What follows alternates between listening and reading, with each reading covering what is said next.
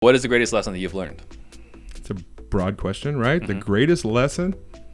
My dad would say, "Don't eat yellow snow." Can we do dad jokes on here? The greatest lesson I've ever learned. I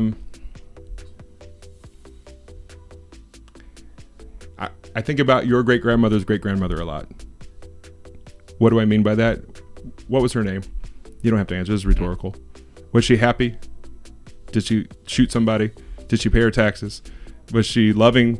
We don't know anything about her. My point to that is we matter for this long in this world.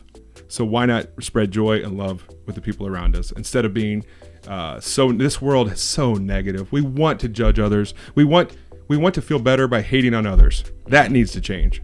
Yeah. And so my point about your great-grandmother's great-grandmother is that she mattered. Her hopes and dreams, everyone has those. And so we matter for very long. And I hope it gives people reason to maybe be happier. A little more zen.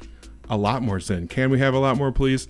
I think we need it. This world, the past year has proven what's important to a lot of us. And I think our investor world, we look at everything as transactional. I put this money in, I get this money out, boom, boom, boom.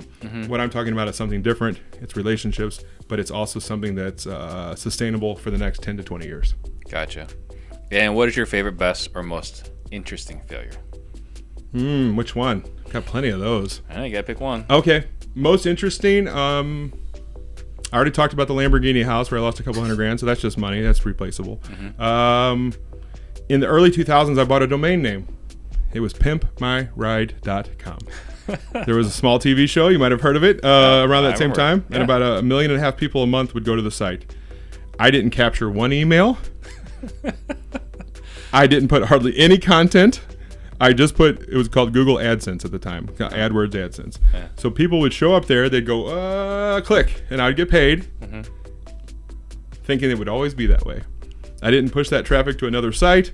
So in spectacular fashion, as the Google slaps and things changed over time, Viacom ended up taking the site. I didn't get sued, but they took the site through a trademark, and I didn't fight it because as my trademark attorney said, you're a kid and they're Viacom. And I thought that was pretty true. Like, okay, we don't need to worry about that. And so... you were a squatter. Well, I owned it. I know. But they called them domain squatters. And what's funny, their trademark is for Viacom's Pimp My Ride was what it was called. And I'm like, well, wait a second. That, it's like one of those things like, well, maybe I could. But here's the thing.